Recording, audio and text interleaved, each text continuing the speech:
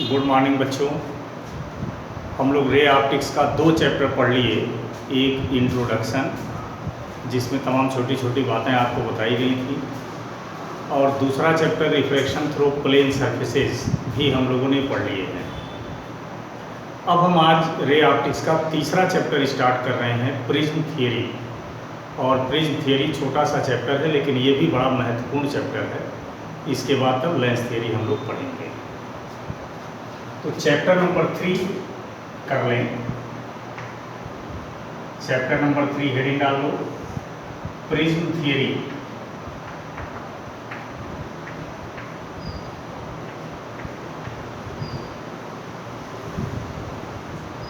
इस चैप्टर में सबसे पहले हम लोग समझें कि प्रिज्म क्या है, प्रिज्म कहते किसे हैं, और किस तरह के स्ट्रक्चर को हम लोग देखेंगे तो उसको हम प्रिज्म का दर्जा देंगे, प्रिज्म उसको मानेंगे। तो डेफिनेशन इसका कायदे से समझ लीजिए, ताकि कोई भी कभी भी कोई यदि ऑप्टिकल मीडियम आपके सामने रखा जाए तो आप आसानी से एनालिसिस करके बता सकें कि वो ऑप्टिकल मीडियम प्रिज्म है कि नहीं है। तो पहले हम प्रिज्म का डेफिनेशन लिख देते हैं, फिर उसको फिगर से समझाते हैं।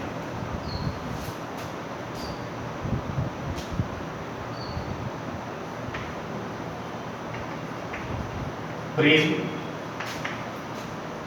is the piece of such transparent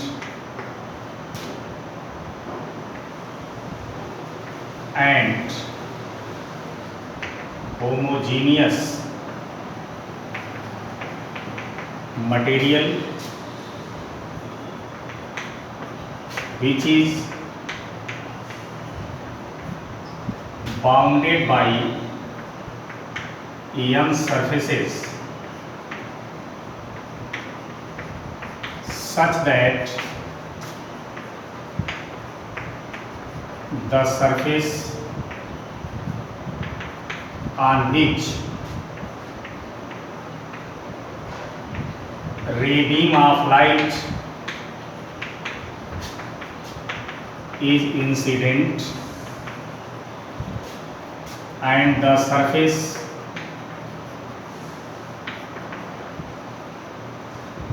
from which light is emerge out, both are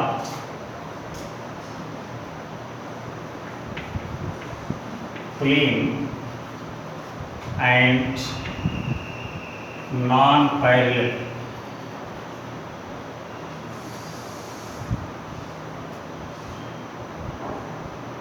both are। अब यह समझिए, जैसे आपको कोई ट्रांसपेरेंट और होमोजीनियस मटेरियल दिया जाए, पहली चीज़ यदि प्रिज्म का नाम आते ही ये मत समझ लीजिएगा कि प्रिज्म ग्लास का ही होता है। ऐसा कोई नियम नहीं है, ऐसी कोई बाध्यता नहीं है कि प्रिज्म ग्लास का ही बनेगा, ग्लास का ही आप बना सकते हो, ऐसी नेसेसिटी नहीं है।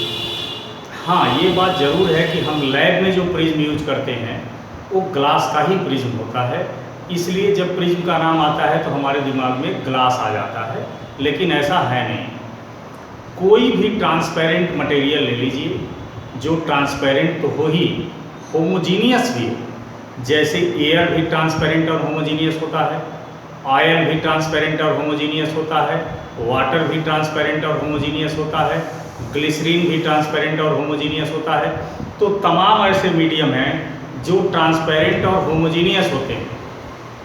तो प्रिज्म बनाने के लिए आप, या प्रिज्म को डिटेक्ट करने के लिए कि ये प्रिज्म है कि नहीं, उसके लिए पहचान फिर एक बार ध्यान से समझ लीजिए। कोई भी मटेरियल जो ट्रांसपेरेंट हो और होमोजीनियस हो और यम सरफेसेस से बाउंड हो, मतलब चाहे जितने भी सरफेस से बाउंड हो, इसकी कोई लिमिट नहीं है। हाँ, लेकिन वो सरफेस जिस पे लाइट आ रही है और वह सरफेस जिससे लाइट बाहर निकल रही है, वो दोनों सरफेस प्लेन होने चाहिए और नॉन पैरेलल होने चाहिए। यदि ऐसा कहीं भी सिस्टम दिखता है तो आप उसे प्रिज्म कह सकते हो। अब इसको जरा फिगर से देखा जाए। जैसे मान लीजिए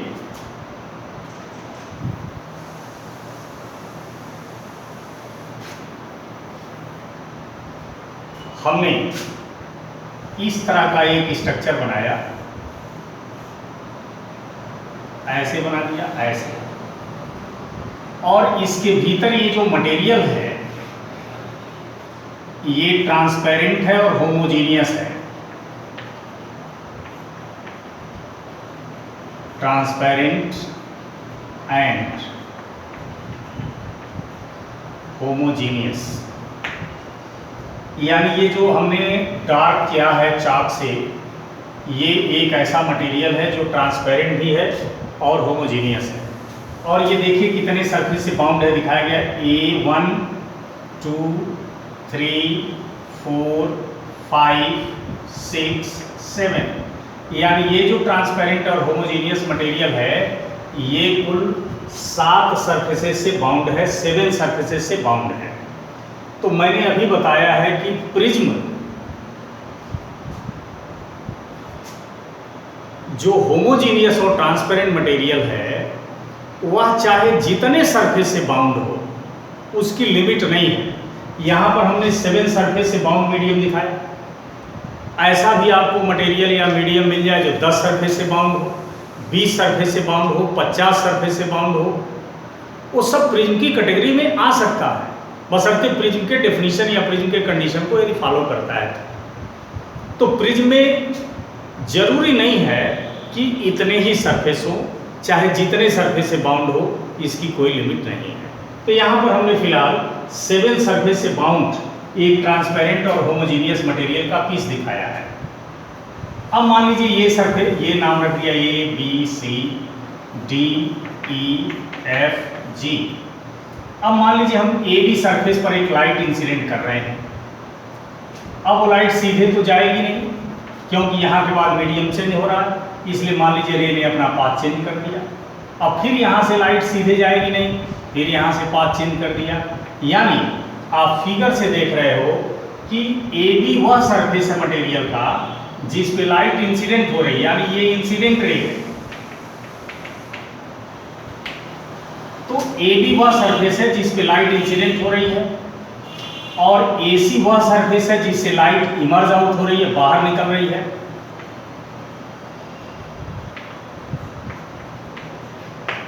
ठीक है, तो हमने बताया था कि कोई भी ट्रांसपेरेंट और होमोजीनियस मटेरियल का एक पीस लीजिए, जो चाहे जितने सरफेस से बाउंड हो कोई बात नहीं, लेकिन वह सरफेस जिस पे लाइट आ रही है और वह सरफेस जिससे लाइट बाहर निकल रही है, ये दोनों सरफेस प्लेन होने चाहिए और नॉन पैरेलल होने चाहिए। तो देखिए ये सरफेस जिस पे लाइट आई और ये सरफेस जिससे लाइट बाहर निकल गई, दोनों प्लेन तो है ही, स्फेरिकल तो है नहीं, और इनके बीच कुछ एंगल है, इसका मतलब ये दोनों सरफेस प्लेन भी हैं और नॉन पैरेलल हो।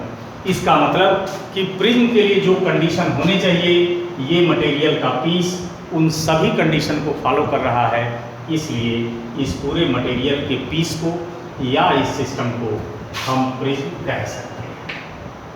ठीक है, तो प्रिज्म के लिए जरूरी क्या है कि किसी भी मटेरियल का एक ऐसा पीस जो ट्रांसपेरेंट हो और होमोजीनियस हो, चाहे जितने सरफेस से बाउंड हो, लेकिन वह सरफेस जिस पे लाइट आ रही है और वह सरफेस जिससे लाइट बाहर निकल रही है, वो दोनों सरफेस प्लेन भी हों और नॉन पैरेलल हों, तो ऐसा सिस्टम को हम प्रिज्म कहते हैं। लेकिन अब आपने यहाँ फिगर में एक चीज़ देखा कि ये जो रे बीम ऑफ लाइट सीधे प्रिज्म पे पड़ रही है और ऐसे होती हुई निकल जा रही है, तो यदि प्रिज्म को हम यहाँ से कट करके ये वाला पार्ट अलग कर दें या ये वाला पार्ट हम ना शो करें, तो रे के पाथ में कोई फर्क नहीं पड़ेगा, क्योंकि जो रे बीम ऑफ लाइट जा रही है ऐसे, इस पार्ट से रे बीम ऑफ लाइट के जाने और रिफ्लेक्शन में कोई फर्क नहीं पड़ता।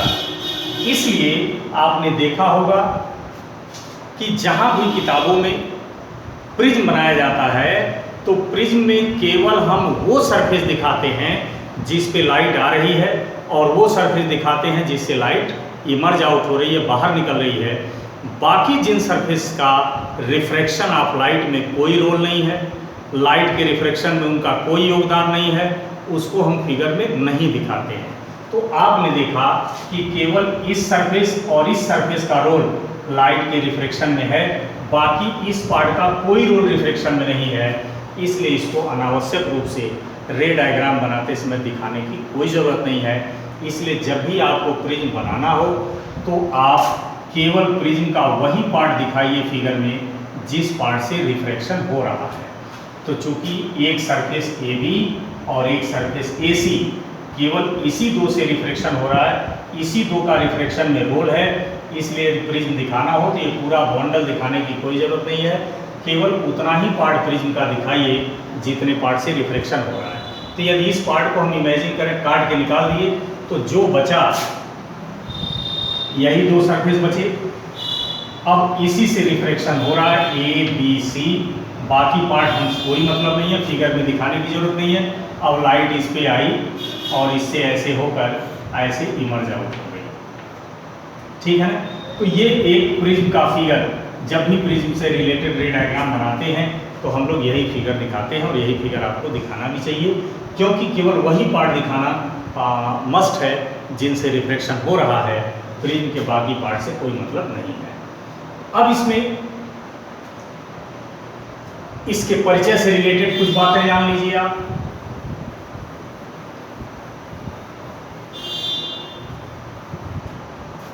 जिस सरफेस पे लाइट इंसिडेंट हुई यानी AB, और जिस सरफेस से लाइट इमर्ज आउट हुई यानी AC, इन दोनों को रिफ्रैक्टिंग सरफेस कहते हैं। यानी AB and AC are called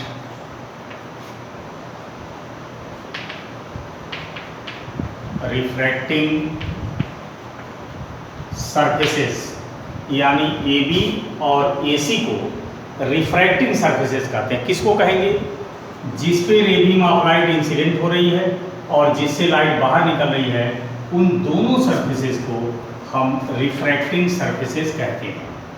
तो यहाँ पर रिफ्रैक्टिंग सरफेस एक AB है और एक AC है। जो दूसरा सरफेस बचा, ये तीसरा सरफेस बचा यानी BC, इसी को प्रिज्म का बेस कहते हैं। तो BC is called base of prism। जो सरफेस बच गया उसी को प्रिज्म का बेस कहते हैं।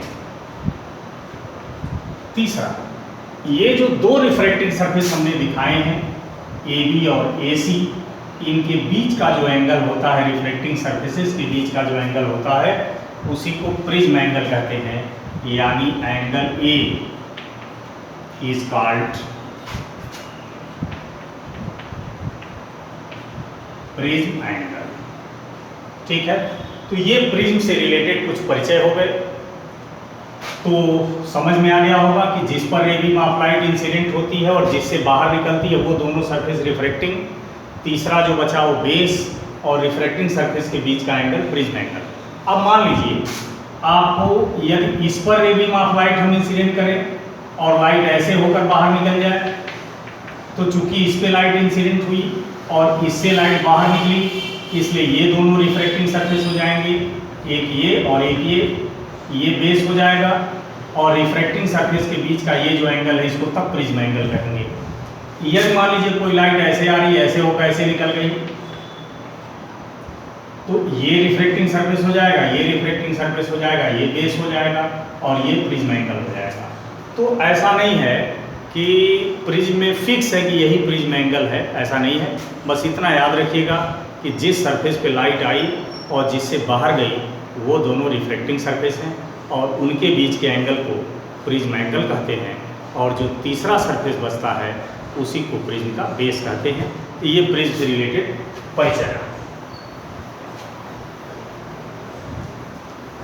अब इसमें अगली हेडिंग डाल दीजिए, angle of deviation. Angle of deviation, इसकी हिंदी होती है विचलन कोण। एंगल ऑफ डेविएशन को हिंदी में विचलन कोण कहते हैं।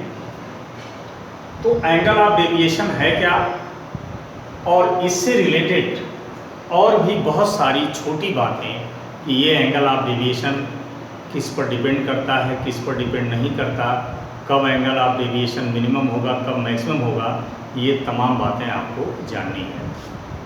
ये जरूर एग्जाम में कुछ न कुछ इससे पूछा जाता है। तो एंगल ऑफ डेविएशन समझने के लिए एक प्रिज्म का फिगर हमने बनाया। मान लीजिए प्रिज्म है ABC और ये ग्लास प्रिज्म है, मान लीजिए, चाहे किसी भी मटेरियल का प्रिज्म हो। अब सपोज कर लो कि एक लाइट हम इस प्रिज्म पर इंसिडेंट कर रहे हैं। अब ये लाइट जानी तो चाहिए सीधे, क्योंकि लाइट का नेचर है कि वो हमेशा स्ट्रेट पाथ पे जाना चाहती है, तो लाइट तो जाना चाहेगी सीधे। लेकिन चूंकि यहाँ के बाद मीडियम चेंज हो रहा है, इसलिए रे का पाथ भी चेंज होगा। रे का पाथ चेंज हो किधर जाएगा ये जानने के लिए नॉर्मल ड्रा करें, तो हमने ये नॉर्मल 90 डिग्री ड्रा कर दिया। अब चूंकि रे जा रही है रेरर से डेंसर, तो जब रेरर से डेंसर जाएगी तो थोड़ा सा नॉर्मल की ओर झुकेगी, तो रे को जाना चाहिए था ऐसे, थोड़ा सा नॉर्मल की ओर झुक जाएगी। नॉर्मल यहाँ है तो थोड़ा सा झुक गई। अब इस रे को जाना चाहिए था सीधे, लेकिन चूंकि फिर यहाँ के बाद मीडियम चेंज हो रहा है तो फिर रे का पाथ चेंज होगा। अब फिर रे का पाथ चेंज होकर किधर जाएगा ये जानने के लिए फिर इस सरफेस पर भी नॉर्मल ड्रा करेंगे। और नॉर्मल ड्रा करना हमने बता दिया है कि जो ये इंटरफेस है, जो दो मीडियम को अलग कर रहा है, उसी पर एक 90 डिग्री की बनाती हुई लाइन खींच दीजिए, जो पॉइंट ऑफ इंसिडेंस से होकर पास करे वही नॉर्मल हो जाएगा। अब चूंकि यहाँ पर रे डेंसर से रेरर जा रही है, इसलिए सीधे जाने के बजाय नॉर्मल से दूर हट जाएगी, तो सीधे जाना चाहिए था और ये नॉर्मल है तो नॉर्मल से दूर हट जाएगी, यानी नीचे की तरफ आ जाएगी। ठीक, तो ये इंसिडेंट रे हो गई और ये इमर्जेंट रे हो गई। ये इमर्जेंट रे कहलाती है, जो फाइनली बाहर निकल रही है प्रिज्म से, और ये इंसिडेंट रे कहलाती है। तो इंसिडेंट रे को डॉटेड लाइन से आगे बढ़ाइए और इमर्जेंट रे को डॉटेड लाइन से पीछे बढ़ाइए। इनके बीच जो एंगल बनता है इसी को हम एंगल ऑफ डेविएशन कहते हैं और जनरली इसको डेल्टा से डिनोट करते हैं। यानी रे को जिधर जाना चाहिए था और रे वास्तव में जिधर जा रही है, उन्हीं के बीच के एंगल को एंगल ऑफ डेविएशन कहते हैं। डेविएशन नाम क्यों पड़ा? क्योंकि रे को जाना चाहिए था इधर, लेकिन प्रिज्म ने उसको डेविएट करके इधर भेज दिया। तो कितने डिग्री ये रे अपने पास से डेविएट हो गई, भटक गई, उसी एंगल को एंगल ऑफ डेविएशन कहते हैं, यानी विचलन कोण कहते हैं कि रे को जिधर जाना चाहिए था उससे कितना डेविएट हो गई, विचलित हो गई, कितना भटक गई। तो आप यहाँ देख भी रहे हैं फिगर में कि रे को ऐसे सीधे जाना चाहिए था, लेकिन प्रिज्म ने रे को इधर मोड़ दिया, तो जाना इधर चाहिए था और मोड़ इधर दिया। तो जिधर जाना चाहिए था उससे कितने डिग्री विचलित कर दिया रे को प्रिज्म ने, इसी को एंगल ऑफ डेविएशन कहते हैं। तो एंगल ऑफ डेविएशन जब भी फिगर में दिखाना हो तो इंसिडेंट रे और इमर्जेंट रे के बीच के एंगल को दिखा दीजिए, यही एंगल ऑफ डेविएशन होता है। एंगल ऑफ डेविएशन के बाद एक बहुत महत्वपूर्ण चीज आपको फिगर में दिखाई दे रही है, रे डायग्राम से क्लियर है कि आपने प्रिज्म पर जो रे भेजी थी वो जाना इधर था उसको, लेकिन प्रिज्म ने इसको मोड़ दिया। ये बेस है, यानी लाइट आप देख रहे हो कि जो लाइट सीधी जानी चाहिए प्रिज्म ने उसको मोड़ दिया है बेस की तरफ। जाना ऐसे था और प्रिज्म ने इस लाइट को ऐसे बेंड कर दिया कि लाइट ऐसे नहीं गई है, लाइट इधर की तरफ आ गई है, यानी बेस की तरफ मुड़ गई है। तो प्रिज्म की ये खासियत आप याद रखिएगा। आगे कुछ थियोरेटिकल एक्सप्लेनेशन में इस कॉन्सेप्ट की जरूरत पड़ती है कि किसी भी प्रिज्म पर जब कोई रे बीम ऑफ लाइट आप इंसिडेंट करते हो तो प्रिज्म उस रे बीम ऑफ लाइट को हमेशा अपने बेस की तरफ मोड़ती है या मोड़ने की कोशिश करती है। ये बात याद रखिएगा। कि प्रिज्म की एक खासियत है कि जब भी उस पर रे भेजोगे तो वह अपने ऊपर आने वाली रे को हमेशा बेस की तरफ मोड़ने की कोशिश करेगा। तो एंगल ऑफ डेविएशन का यहाँ डेफिनेशन लिख सकते हो कि the angle between incident ray and emergent ray is called angle of deviation. It is denoted by delta. It is generally denoted by delta लिख लीजिए, क्योंकि जरूरी नहीं है कि आप डेल्टा से ही डिनोट करें। हालांकि आमतौर पर ऐसी प्रथा है, बहुत सारे राइटर्स की बुक देखेंगे तो डेल्टा से ही डिनोट किए हैं, लेकिन ऐसा कोई इसका मतलब अथराइज्ड सिंबल नहीं है कि डेल्टा से ही डिनोट कर सकते हैं, लेकिन जनरली किया जाता है। इसलिए यहाँ पर चाहे तो लिख सकते हैं it is generally denoted by delta. हम लोग डेल्टा से ही डिनोट करेंगे। तो ये रहा एंगल ऑफ डेविएशन। अब एंगल ऑफ डेविएशन का मतलब मैंने बताया कि प्रिज्म पर जब भी आप रे बीम ऑफ लाइट डालोगे तो रे को जिधर जाना चाहिए प्रिज्म उधर नहीं जाने देगा, रे को इसके लाइट के एक्चुअल पाथ से डेविएट कर देगा, भटका देगा, बेस की तरफ मोड़ देगा।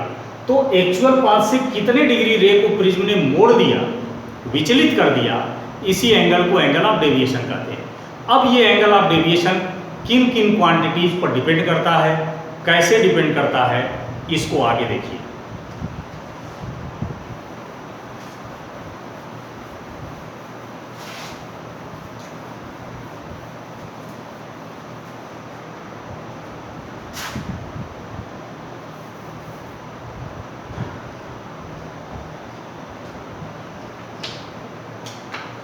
The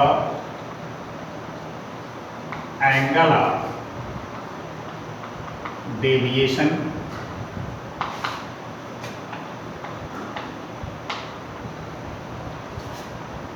through prism is depends upon following quantities. The angle of deviation through prism is depends upon following quantities, यानी प्रिज्म द्वारा एंगल ऑफ डेविएशन किन किन क्वांटिटीज पर डिपेंड करता है, इसी की चर्चा हम लोग करेंगे। तो एक जरा फिर रे डायग्राम बना लीजिए प्रिज्म का। मान लीजिए है प्रिज्म है ABC, ये डेंसर मीडियम है, एक रे बीम ऑफ लाइट ऐसे प्रिज्म पे डाली गई, रे बीम ऑफ लाइट को सीधे जाना चाहिए, ये नॉर्मल है।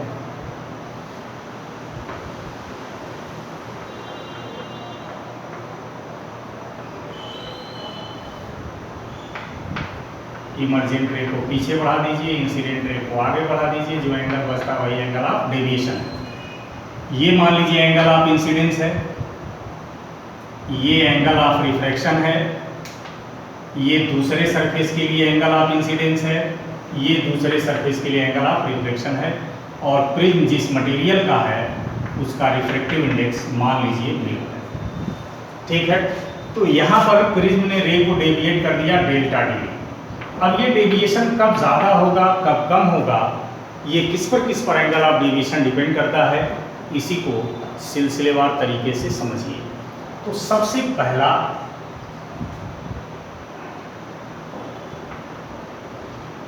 एंगल ऑफ प्रिज्म या prism angle,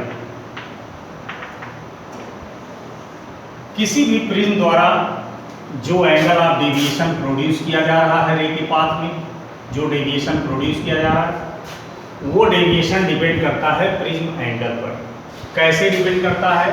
delta is directly proportional to A, यानी आप ये कह सकते हो कि जिस प्रिज्म का प्रिज्म एंगल जितना ही ज़्यादा होगा वह अपने ऊपर आने वाले रे को उतना ही ज़्यादा डेविएट करेगा, और जिस प्रिज्म का प्रिज्म एंगल कम होगा वह अपने ऊपर आने वाले रे को उतना ही कम डेविएट करेगा।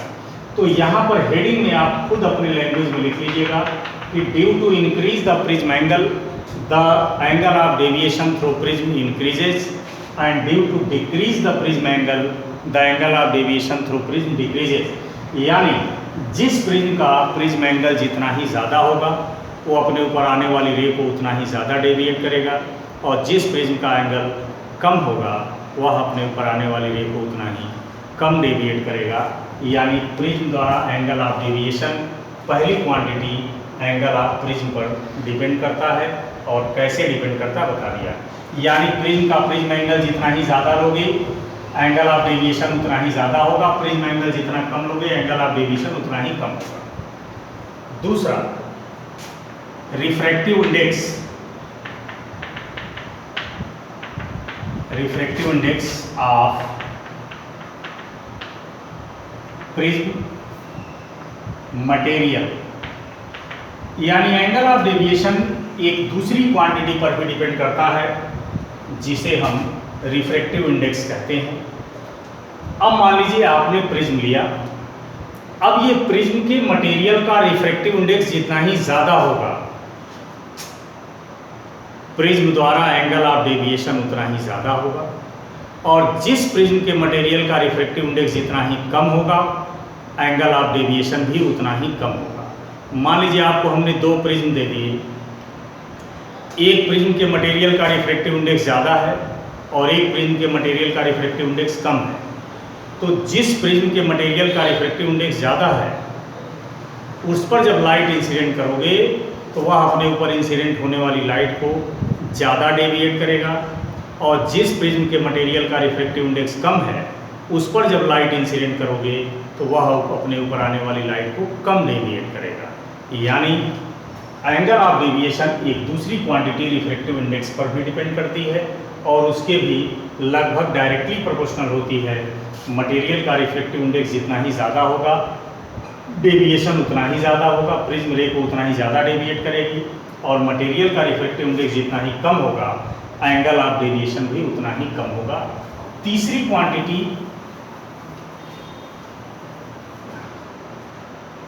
सी, angle of incidence. Angle of incidence ये बहुत महत्वपूर्ण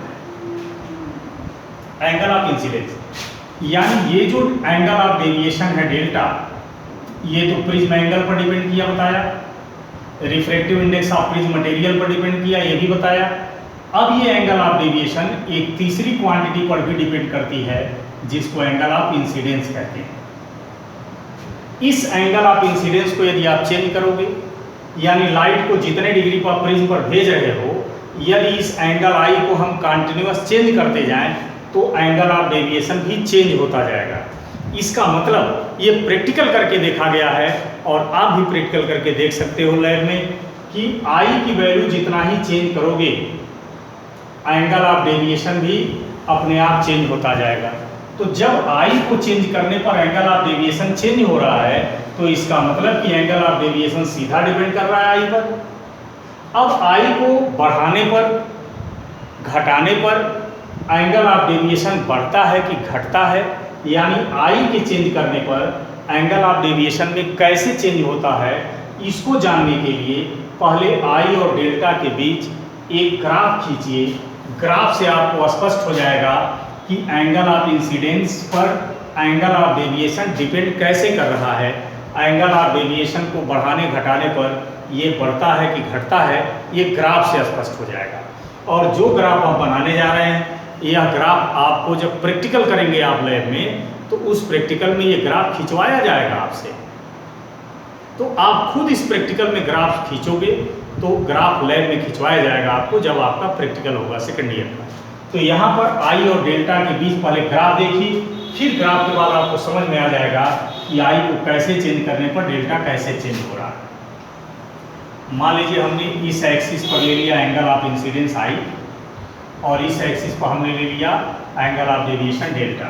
यदि आई और डेल्टा के बीच ग्राफ खींचा जाए तो ग्राफ ऐसे ही आता है, लगभग ऐसे ही आता है। अब इस ग्राफ को देखकर थोड़ा सा विश्लेषण कीजिए तो आप मान लीजिए ये ग्राफ का पार्ट ए मान लिया, ये ग्राफ का पार्ट हमने बी मान लिया, ये ग्राफ का पार्ट हमने सी मान लिया। ठीक है, तो आप देख रहे हो कि एंगल ऑफ इंसिडेंस इस एक्सिस पे लिया है, तो इधर बढ़ने पर एंगल ऑफ इंसिडेंस बढ़ेगा। तो आप ग्राफ का पहले ए बी पार्ट देखिए, तो यानी ज्यों ज्यों एंगल ऑफ इंसिडेंस हम बढ़ाते हैं त्यों तो देखिए एंगल ऑफ डेविएशन कम हो रहा है, और कम होते होते एक मिनिमम वैल्यू तक घट रहा है। इसी एंगल ऑफ डेविएशन की मिनिमम वैल्यू को मिनिमम एंगल ऑफ डेविएशन कहते हैं, और इसे डेल्टा एम से डिनोट करते हैं। Minimum angle of deviation, minimum angle of deviation. इसका मतलब कि ग्राफ से स्पष्ट है कि initially due to increase the angle of incidence the angle of deviation through prism decreases up to a minimum value called minimum angle of deviation and denoted by delta m। यानी शुरू में जब angle of incidence को आप बढ़ाएंगे तो angle of deviation कम होगा, और कम होते होते एक मिनिमम वैल्यू तक कम होगा। उसके बाद जब आप एंगल ऑफ इंसिडेंस बढ़ाते हैं तो एंगल ऑफ डेविएशन भी बढ़ता है। यानी एंगल ऑफ इंसिडेंस और एंगल ऑफ डेविएशन ये डायरेक्टली और इनवर्सली का रिश्ता नहीं है कि आप बढ़ाएंगे तो घटेगा बढ़ेगा, ऐसा कुछ नहीं है। इसमें आप ना तो डायरेक्टली प्रोपोर्शनल बोल सकते हैं दोनों के बीच, ना इनवर्सली प्रोपोर्शनल बोल सकते हैं। तो इस ग्राफ के ऊपर आप यहाँ पर अपने लैंग्वेज में ये बात लिख लीजिएगा कि प्रारंभ में, शुरू में ज्यों ज्यों हम एंगल ऑफ इंसिडेंस को बढ़ाते हैं एंगल ऑफ डेविएशन लगातार कम होता है और एक न्यूनतम मिनिमम वैल्यू तक कम होता है। इसी मिनिमम वैल्यू को मिनिमम एंगल ऑफ डेविएशन कहते हैं, और इसे हम डेल्टा एम से डिनोट करते हैं। उसके बाद जब हम एंगल ऑफ इंसिडेंस बढ़ाएंगे तो एंगल ऑफ डेविएशन बढ़ेगा। ठीक है, और आई और डेल्टा के बीच ये ग्राफ आप याद रखिएगा, और this is the variation in the value of delta with I. इस ग्राफ से डेल्टा में आई के साथ वेरिएशन कैसे हो रहा है वो इस ग्राफ में दिखाया गया है। तो तीसरी क्वांटिटी हो गई कि angle of deviation angle of incidence पर डिपेंड करती है। चौथी क्वांटिटी लिख लीजिए वेवलेंथ पर।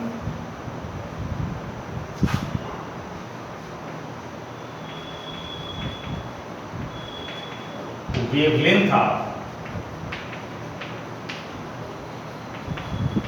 Incident light.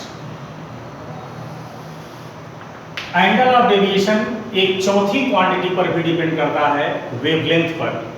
और कैसे डिपेंड करता है? Inversely proportional. यानी यदि आप प्रिज्म पर कई रे इंसिडेंट कर रहे हो, एक से ज़्यादा रे इंसिडेंट कर रहे हो, तो जिस रे का वेवलेंथ जितना ही कम होगा उस रे में डेविएशन उतना ही ज़्यादा होगा, और जिस रे का वेवलेंथ जितना ही ज़्यादा होगा उसमें डेविएशन उतना ही कम होगा। जैसे वायलेट कलर का वेवलेंथ सबसे कम होता है, तो जब किसी प्रिज्म पर आप वायलेट कलर की लाइट इंसिडेंट करोगे तो प्रिज्म वायलेट कलर को सबसे ज़्यादा डेविएट करेगा, और चूंकि रेड कलर का वेवलेंथ सबसे ज़्यादा होता है इसलिए यदि रेड कलर की लाइट आप इंसिडेंट करते हो प्रिज्म पर तो रेड कलर में डेविएशन सबसे कम होगा। तो इस तरह से एंगल ऑफ डेविएशन एक चौथी क्वांटिटी वेवलेंथ पर भी डिपेंड करती है, और वेवलेंथ के इनवर्सली प्रोपोर्शनल होती है। जिस लाइट का वेवलेंथ जितना ही कम होगा उसको प्रिज्म ज़्यादा डेविएट करेगा, और जिसका वेवलेंथ ज़्यादा होगा उसको कम डेविएट करेगा। अब यहाँ पर एक छोटी सी बात याद रखिएगा जिसकी ज़रूरत आगे पड़ेगी। इन केस ऑफ, या ऐसे लिख लीजिए,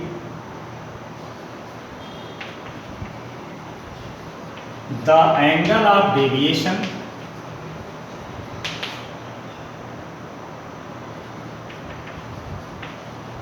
will be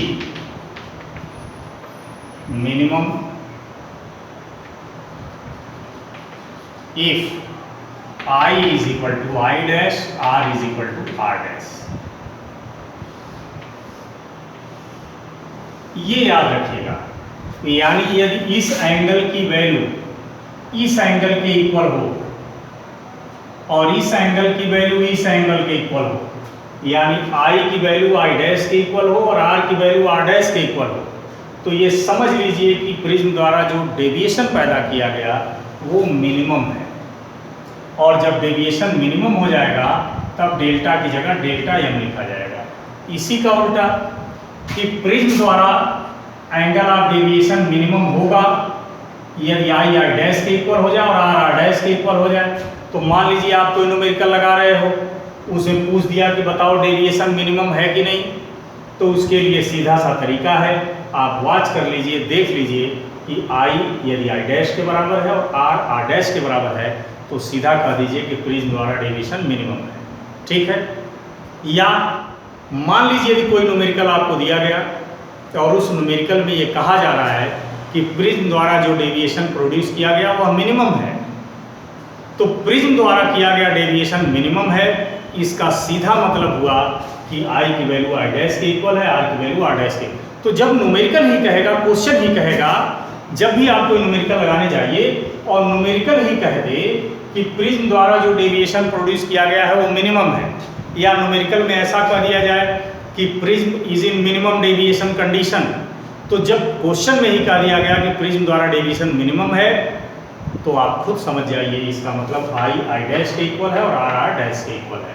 तब आई की जितनी वैल्यू होगी सीधा उतनी ही वैल्यू आई डैश की होगी, आर की जितनी वैल्यू होगी उतनी ही आर डैश की होगी। ये आपको याद रखना पड़ेगा। क्वेश्चन ने बस कह दिया कि प्रिज्म द्वारा डेविएशन मिनिमम है। अब आप समझिए कि जब प्रिज्म द्वारा डेविएशन मिनिमम है तो निश्चित रूप से आई आई डैश के इक्वल है और आर आर डैश के इक्वल।